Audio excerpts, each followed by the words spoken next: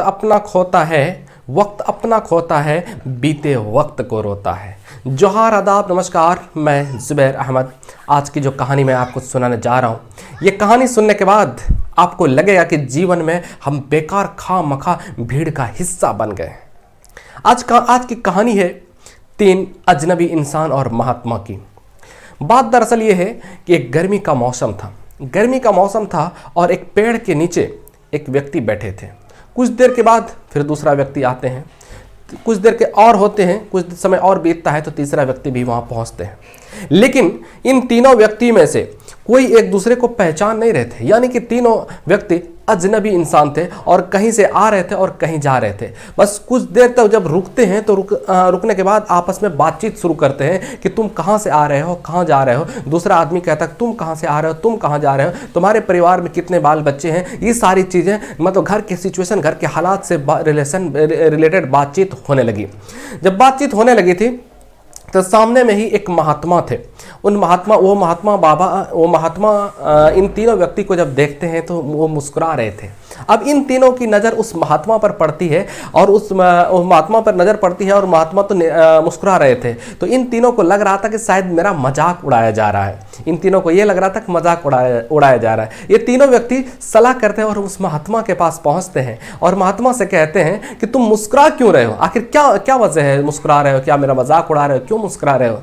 तो महात्मा और मुस्कुराते हैं और कहते हैं कि तुम तीनों के पास देखते हैं कि 2-2 झोली है और इन 2 झोली में अगर एक झोली में मैं कहूँ कि एक झोली में अच्छाई रखो, एक झोली में बुराई रखो, तो तुम किस झोली में बुराई रखोगे और किस झोली में अच्छाई रखोगे।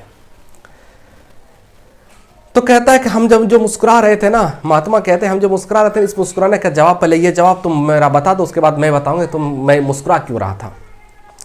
तो पहला व्यक्ति जो था वो थोड़ा सा थका हुआ था, निराश था। तो वो व्यक्ति कहता है, वो अनजान तीनों अनजान में से वो जो व्यक्ति जो पहला व्यक्ति था थका हुआ था, तो वो अनजान व्यक्ति कहता है कि मैं आगे झोली में जो है ना अच्छाई रखूंगा और पीछे वाली झोली में क्या कहते हैं बुराई रखूंगा। आगे वाली झोली में इसलिए अच्छाई रखूंगा ताकि बुराई से मैं दूर हो सकूं। दूसरा व्यक्ति कहते हैं कि मैं आगे वाली झोली में अच्छाई रखूंगा और पीछे वाली झोली में बुराई रखूंगा। अच्छाई इसलिए रखूंगा ताकि मैं उन जैसा बन सकूं। और तीसरा अनजान व्यक्ति कहता है कि मैं आगे वाले झोली में अच्छाई रखूंगा और पीछे वाली झोली में बुराई रखूंगा और पीछे वाली झोली में बुराई वाली झोली में छेद कर दूंगा और आगे वाली जो झोली है उसमें जो अच्छाई रखे हैं उस अच्छाई जैसा बनने की कोशिश करूंगा और फिर उससे संतुष्ट रहूंगा। तो महात्मा कहते हैं, मुस्कुराते हैं और कहते हैं कि ये जो पहला जो व्यक्ति ने जो जवाब दिया ना, ये पहला व्यक्ति अपने जिंदगी से हमेशा निराश ही रहेगा, जैसे कि अभी निराश है। और दूसरा जो व्यक्ति है, दूसरा व्यक्ति ने जो जवाब दिया उनसे वो खामखा भीड़ का हिस्सा बन करके रहेगा, मेहनत तो करेगा, सब कुछ करेगा, खामखा भीड़ का हिस्सा बन कर रहेगा और अपने आप को जो है संतुष्ट कर लेगा कि बस मेरे मुकद्दर में यही था, मेरे नसीब में यही था। और तीसरा जो व्यक्ति है ना, असल में जीत इसकी होगी, क्योंकि ये जो है ना छोटी मोटी चीज को इशू नहीं बनाएगा, और जो सामने में मिला है उस पर संतुष्ट होकर आगे के लिए प्रयास करेगा।